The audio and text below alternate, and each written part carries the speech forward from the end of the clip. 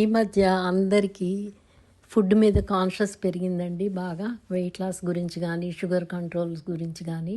అందులో డాక్టర్లు కూడా మంచి మంచి డాక్టర్లు అందరూ ఏమి తినాలో ఏమి తినకూడదో కూడా చెప్తున్నారు.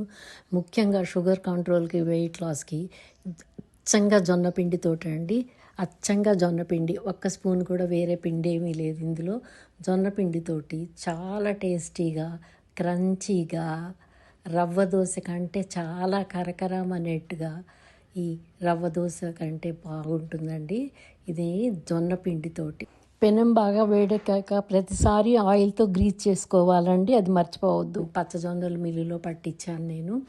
దీనిలో కొంచెం ఆనియన్స్, కొంచెం నేను పప్పుల పొడి చేశాను కదండి, ఇడ్లీ దోశలోకి ఇన్స్టెంట్ చట్నీ పౌడర్ అని చేశాను.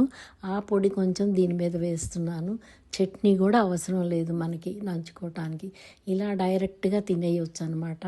అంత టేస్టీగా ఉంటుంది. ఇది అంత మంచి రెసిపీ అండి, మిస్ అవ్వద్దు. నేను చేసిన పప్పుల పొడి అదేనండి, ఇన్స్టెంట్ చట్నీ పౌడర్ రెసిపీ కూడా మీకు డిస్క్రిప్షన్లో లింక్ ఇస్తాను, చూడండి. మీరు టేస్ట్ కూడా అస్సలు మిస్ అవ్వరు. నేను ఒక కప్ అండి జొన్న పిండి తీసుకున్నాను ఈ కప్పుతోటి. ఇది మిల్లులో పట్టించాము జొన్నలు.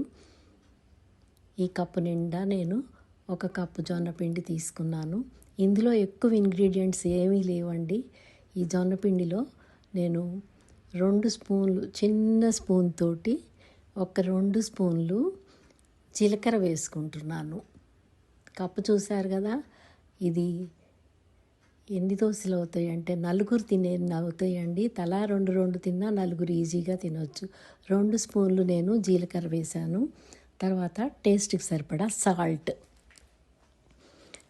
ఈ పిండిని కూడా మనం రవ్వ దోశకి ఎలా పల్చగా వాటరీగా కలుపుకుంటామో అలా ఎక్కువ నీళ్లు పోసి కలుపుకోవాలన్నమాట. ముందుగా నేను కొంచెం బాగా మిక్స్ అయ్యేట్టుగా కొద్దిగా నీళ్లతోటి కలిపాను. కొంచెం జారుగానే కలిపాను, గరిటె జారుగా కలిపేసి నేను ఒక 3-4 అవర్స్ పక్కకు పెట్టేసుకుంటానండి. ఇది నేను ఎక్కువ నైట్ డిన్నర్కి చేసుకుంటాను, మార్నింగ్ బ్రేక్ఫాస్ట్కి చేసుకుంటాను. ఇంట్లో వాళ్ళు కూడా పిల్లలతో సహా చాలా ఇష్టంగా తింటారు. ఇలా చేసేసి మిక్స్ చేసేసి నేను మూత బోర్లు ఇచ్చేసి ఈ పిండిని పక్కకు పెట్టాను అనమాట.